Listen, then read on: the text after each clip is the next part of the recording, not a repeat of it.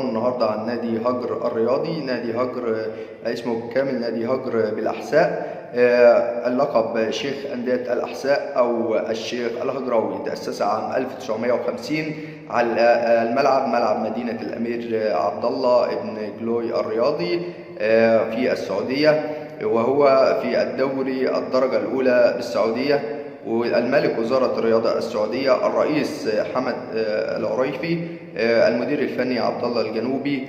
أعزائي المشاهدين، أيضا هذا النادي تأسس عام 1950 ويعتبر أقدم الأندية في فريق في الأحساء. صعد النادي إلى دوري المحترفين السعودي في 4 مناسبات مختلفة. حقق هجر 4 ألقاب في دوري الدرجة الأولى السعودي، وفاز بكأس الأمير فيصل بن فهد مرة واحدة. ولعب النادي مبارياته على أرضه على ملعب الأمير عبد الله بن جلوي في الأحساء، وتقاسم الملعب مع 3 أندية أخرى مقرها الأحساء، وهي نادي فتح ونادي هجر ونادي الجيل. وتسمى مباريات هجر ونادي الفتح بديربي الأحساء. أعزائي المشاهدين، بشكركم على مشاهدتكم لينا، وبتمنى دايما أن انتم تتابعونا باستمرار عشان يوصل لكم منا كل جديد. والسلام عليكم ورحمة الله وبركاته.